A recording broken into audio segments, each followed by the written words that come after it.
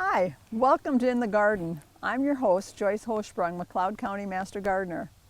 Today I have a co-host with me. This is Tanya Vosick. She's one of our Master Gardener interns this year. So say hi to Tanya.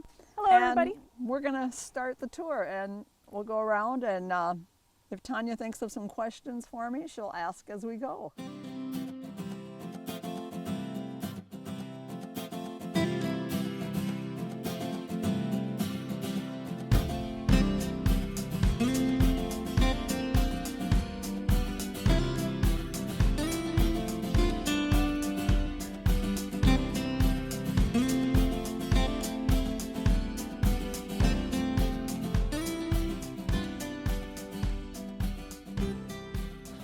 Now, when I bought this one, it was labeled as a Veronica, but to me it looks a lot like a Veronicastrum, which I believe they're kind of related, so I'm kind of wondering if it might not be a cross of the two somehow. But this is another one that's pollinator friendly. It's just starting to open, but you can see color on the buds all the way up. And we have my big yellow daylily again, and behind it, and this got taller than the phlox this year. Not supposed to do that, but they don't always do what they're supposed to do. So, but there's, I believe the light pink one of them is Bright Eyes. I couldn't tell you which one it is. And because phlox are prolific cross pollinators, you often get unique seedlings from them. So if you really want to keep them pure, it takes quite a lot of dividing. I'm not that ambitious, so I just let them go and do their thing and cut them back when I'm done and see what I get. But this is one. This was, I don't know if I think we probably looked at it on an earlier show. The Euphorbia. It had the kind of yellowish bracts. When it's done blooming and it starts to look kind of scraggly, I just go through, gather them up and clip them all off down to about 3 or 4 inches. And this is how it grows back, and then I just have this nice, neat mound of foliage for the rest of the season. This is Siloam Uri Winifred. I don't usually have, the little ones don't usually draw my attention, but this one I like. And I partly like it because, and for some reason this year it got taller than Moonlit Masquerade back here, which kind of is a color echo. So it's a bigger bloom, color echo, but similar shape and form. This one has a little more ruffling, but I just really like these two together. But if it's going to continue to do this, I may have to switch their spot in the garden. We'll see. This is the second year it's done it where it got taller. Maybe it's the compost I put in when I divided it a couple years ago. But this, I believe, is Hydrangea Quickfire. I'd have to crawl under there to look for the tag, and I don't know if I want to crawl that much. But you can see it's starting to color up already, even though it's just coming into bloom. And I kind of put that one here because I wanted to create a little more shade over on that side of it. And so far it's doing that quite nicely. That one is quite happy here. I think we looked at this Purple Sensation Campanula before, and it's mid-July, past mid-July, and there's still some blooms. I need to do another deadheading job, and it's, we're getting down there, but there's still a few buds forming, so it'll give me a little more. And I need to deadhead and cut back this Veronica, and they too will often give you a rebloom if you deadhead them. Snip off the spent blooms here, just go down to the nearest leaf, and a lot of times they'll respond with a smaller but another rebloom. And I believe this one is Eveline. We have Clematis. Oh, good, grasshoppers, yum. This is Princess Diana. I think I've mentioned before that I have trouble out here with the large flowered ones. The wind tends to break the stems, and I don't have time to tie them every 6 inches, or so I just gave up on those. And went with a small flowered one, and this is Princess Diana. It started blooming about the time, most of your large flowered ones would bloom, but it's still going, and it will keep pushing out blooms almost till frost. It doesn't have a smothered in bloom time, but it's just got a constant pink flowers here. So kind of bell-shaped. And this one, about 2 or 3 years ago, I thought, okay, the trellis or the thing that I had here for it to climb on is not tall enough. So I looked up the height it was supposed to get, and it was like, okay. And then I bought a tutor, which you can barely see up here, that was at least 6 inches higher than it was supposed to get. Well, nobody told Princess Diana that, so she just keeps going and then goes over and wraps around and keeps doing her thing. The spiderwort is just about done, Tradescantia. I want to say it's not bilberry ice, but I'd have to dig under the mulch, I guess, to find the tag. And I know people don't like them because they can be a little bit of runners, but this one has been pretty well behaved. As long as, and I will go through and I will cut off the bloom stalks so I don't have seedlings popping up all over the place. But as long as I do that, it's not a problem.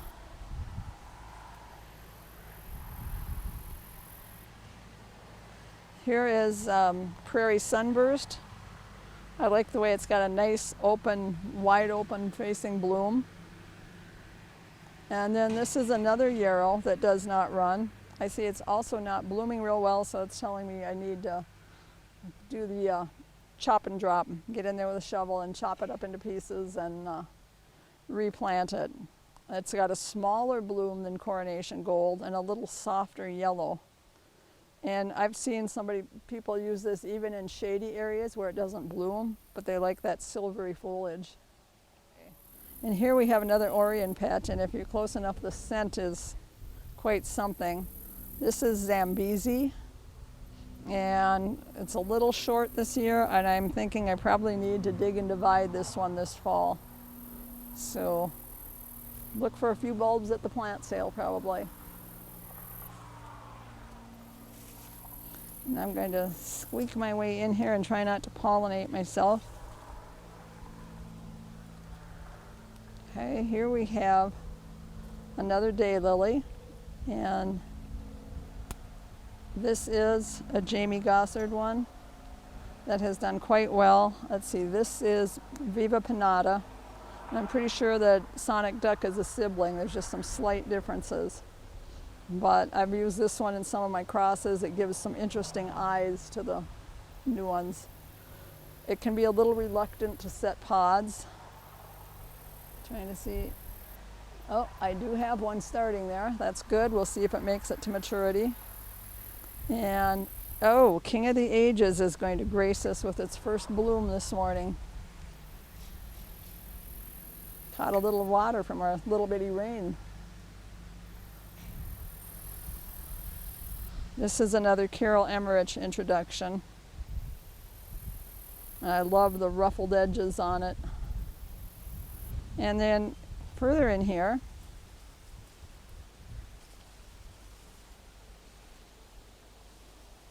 we have swamp milkweed, or rose milkweed, sometimes it's called.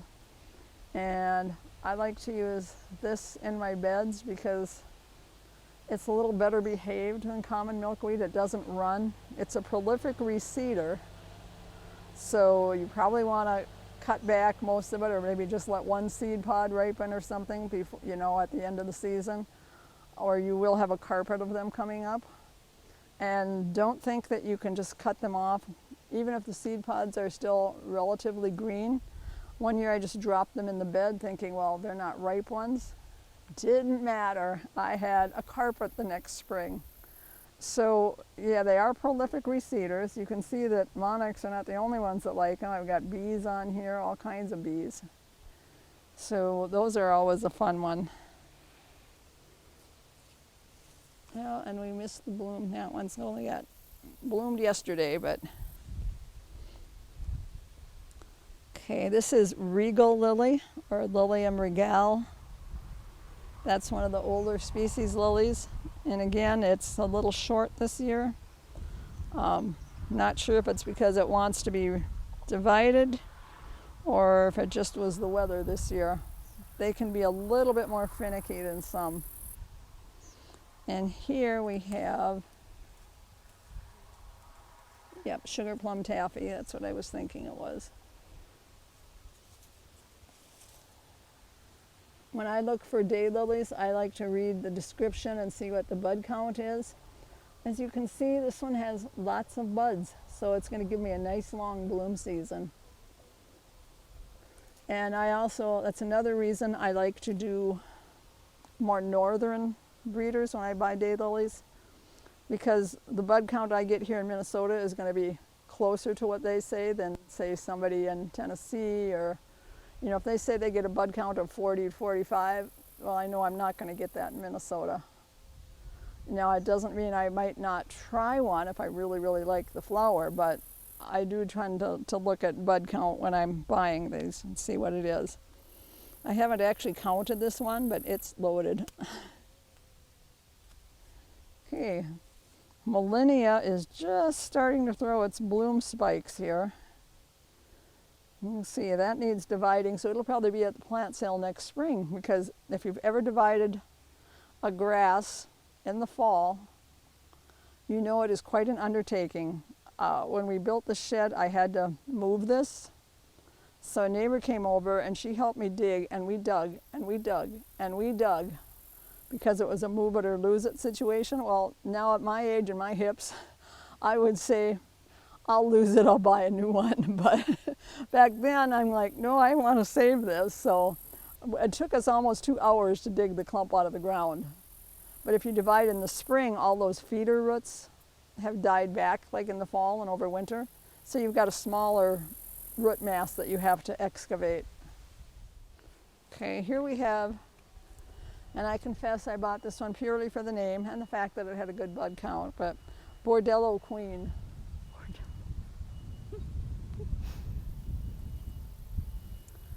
And a variety of coneflowers. Most of these, with the exception of Kismet Red over on the other side over there, are seedlings. I started with one called Butterflies Julia, which is back here. And I left some of the seedlings, and I kind of rogue out the ones I don't like. I slip a tag on them or something, enjoy the bloom, and then out they go if I think it's a wonky looking bloom. Like this one will probably come out. I'm not sure I like the way the petals come off the cone.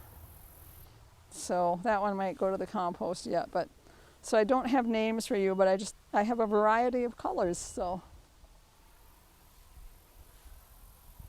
and here we have another toothy daylily. This is Rosy Spiketail, and she has some not as many teeth as some of the others, and sometimes teeth are weather dependent too. Some are more sensitive to heat or cool weather. Down here we have, oh, here it is, Kismet Red, right here, and a seedling from it, which is more pink. And then, oh, we have Woman at the Well is just poking out. Opened her first bloom today. And that's another Carol Emmerich introduction. She will tell you it's not her best one because it's not real vigorous, and it takes it's slow to settle in and get going. I think it was at least the third year, maybe fourth, before it really got going, pumping out blooms. But that one is due for dividing, so, and it's probably one of the most beautiful blooms that I know of. We have some more balloon flowers over here. When I did these, I started them from seed, and I bought a packet of seed that said white, and they would be about 10 inches tall. Obviously, they didn't read the seed packet, so, but it's fun to see the diversity. I have some blue, and I try to make sure I deadhead the blue ones so I don't get more seed from them, but you never know what the white ones could throw a blue seedling too, so. And in here I have, it's kind of almost hidden by these balloon flowers that were supposed to be 8 to 10 inches tall. Let's see if I can get you out of here. We have silver Scheherazade. This is an Orient pet lily. The bad part is it's a down pacer, so you have to almost get on your knees to, and this one has never gotten as tall as Scheherazade. See if I can.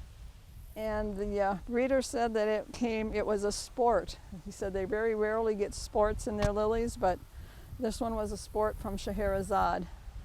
And a little more on the balloon flowers. I love the diversity. Some of the ones we looked at before I have similar to this.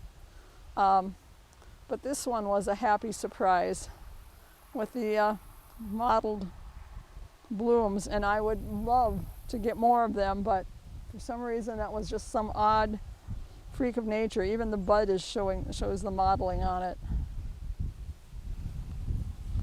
And this one, I mean, how can you not love something called Purple Nurple?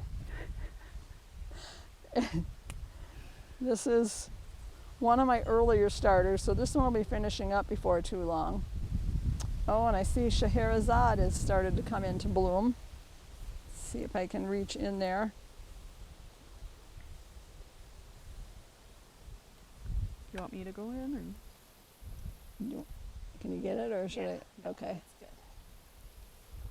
Scheherazade is another Orient pet. It's starting its bloom a little early this year.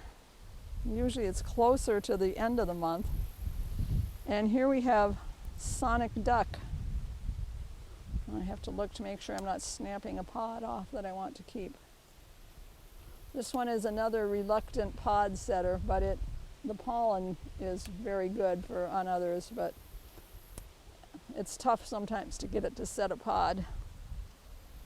And probably I have a lot of favorite daylilies. Who am I kidding? Gypsy Rose is just a blooming machine, and she's got that gold glitter edge, and she just keeps going. I hate to do it, but I do need to divide her this fall, so she will be at our plant sale if you're looking for a really nice daylily. You seem to have a lot of lilies, and you just said they're your favorite. Is there a reason for that? Lilies and daylilies are probably a couple of my favorite flowers.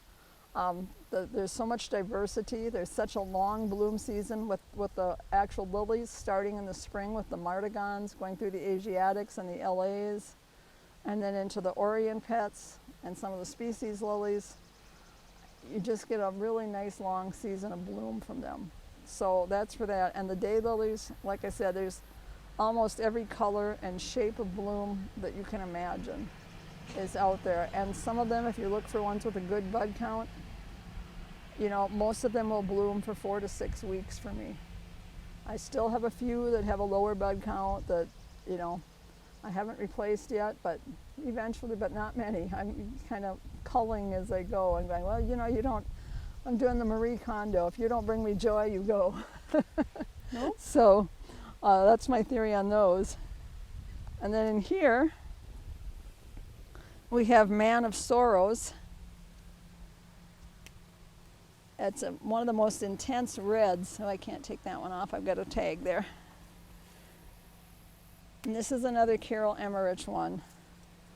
So I think I need to feed it though, because the scapes are a little short this year. They should be a little taller than this. And this is one that's not anything special. I think I might move it out to the seedling bed.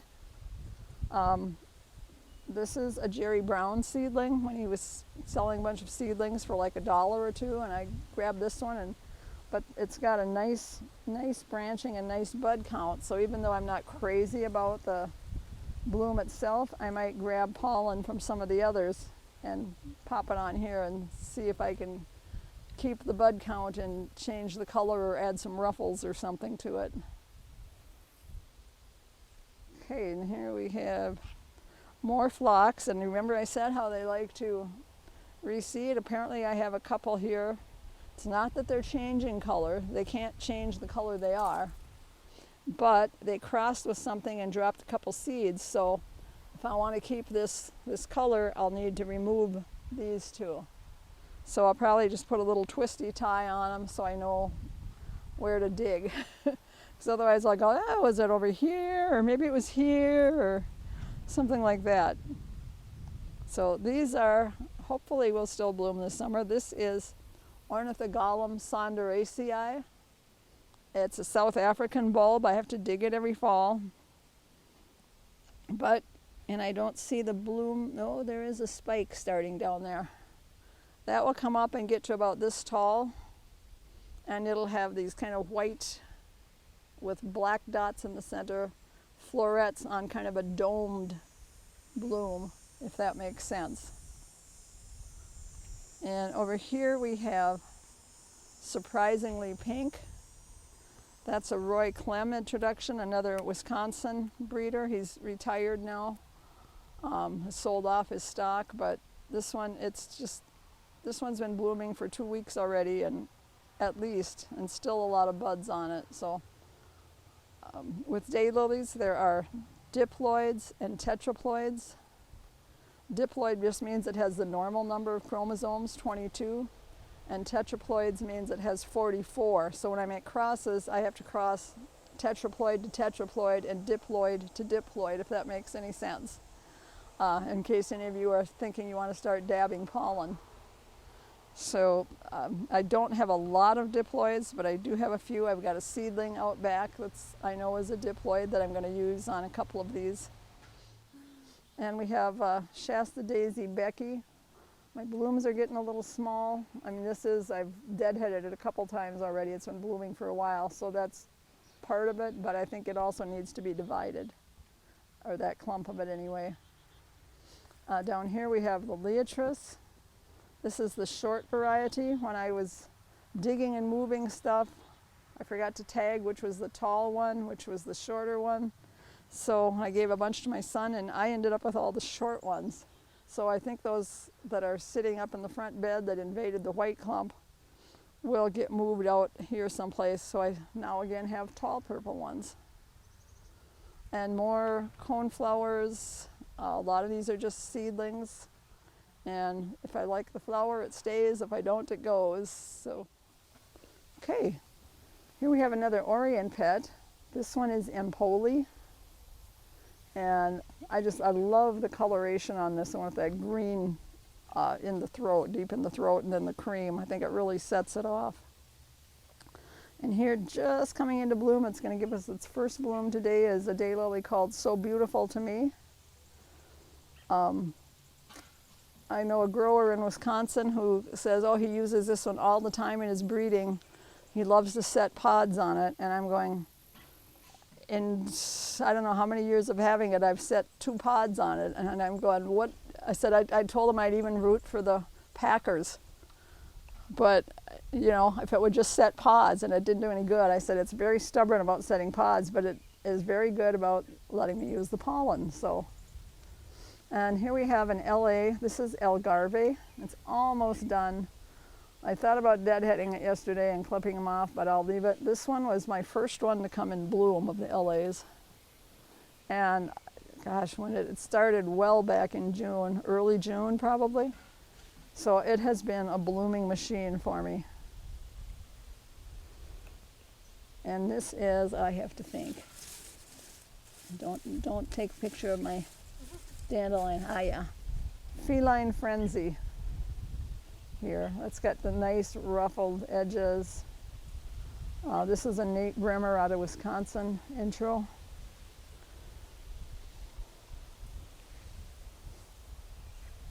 This one was a trade with a friend, Spiritual Corridor. Back there we have a very old lily, almost done, but I left it just to, let's see, I guess we can get the top one. You can kind of see what it looks like. It's called Chianti. This is a very old bulb. I don't know if you could even find it in the trade anymore. A lot of times they just kind of get pushed out by the newer ones. And here, remember I talked about the different crosses that have been made in Petri dishes. This is an AOA. This one I think is Hotel California. The AOA means it's a cross between an Asiatic and an Oriental, and then that offspring was crossed back to another Asiatic lily. So they are more patience than I would have, but I'm glad somebody's doing it because I really enjoy them. And this is my mammoth mum yellow quilt that's just about to start blooming. I see a little color on some of the buds. It's supposed to, if you know the mammoths, it's supposed to get like this tall. Well, this is as tall as it has ever, this is the tallest it's ever been for me. Not sure what, it's been here for several years, and I'm like, other people going, oh, they get huge, and I'm going, not for me. So whether it doesn't like my soil or whatever, I don't know. This, oh, and the scent is heavenly. Let's see if I can find the tag. Probably got covered up with mulch, and I haven't gone through and redone it. So, no, I'm sorry I can't tell you what this one is right off the top of my head, but I have some of them that are more trumpet shaped, and I like it better when they open up a little wider. And this was I just put this in last year, so 3 bulbs, and I see one of them must have split because I have a baby down here. Coming into the fall, many people may go to a greenhouse or maybe receive a mum in a small container. They'll put it on their patio or maybe in their house for a little bit of color. Can they then, in the fall, now transplant that into their garden bed, or and save it for the next year, or sometimes they just end up throwing it out? What do you suggest they do if they receive a small mum as a gift? If they want to try it, they certainly can. Every now and then, one of them will make it. They're not bred for hardiness, but sometimes if the gods and everything aligns, they will make it through a winter, and you'll have a repeat next year. But don't count on it. If you want something that's going to come back, you're going to want to look for a hardy mum. It used to be you could only find them in the fall, and those are not necessarily hardy, but growers and nurseries are getting a little bit better about carrying some of the hardy ones in the spring when they really should be planted, so they have time to get established. Like I said, just because this one stays short for me doesn't mean it will for you. It may just be, this is an area of my bed where the soil is kind of gummy, so that might be part of it. And one thing when you're planting mums, try to site them in a spot where they'll have good winter drainage, and do not cut them back in the fall. Leave the foliage for protection. So that's when people say, if they say they've lost even like these mammoth mums, or sometimes they're marketed as Minnesota mums, and they've lost them, then it's probably their site where they had it planted in a wrong site, in a poorly drained site. So they need that good winter drainage, any place that water sits. But this one is pretty good because, well, it's enough of a slope so the water drains off here. And this one is normally buried under a pretty big snow drift. I mean, I think the drift across this bed was about 9 feet in height this year, so those are things to take into consideration. Thanks for joining us in the garden today. We'll see you next time. That's all we have time for today. We'll pick up on some of this on another episode. Bye-bye.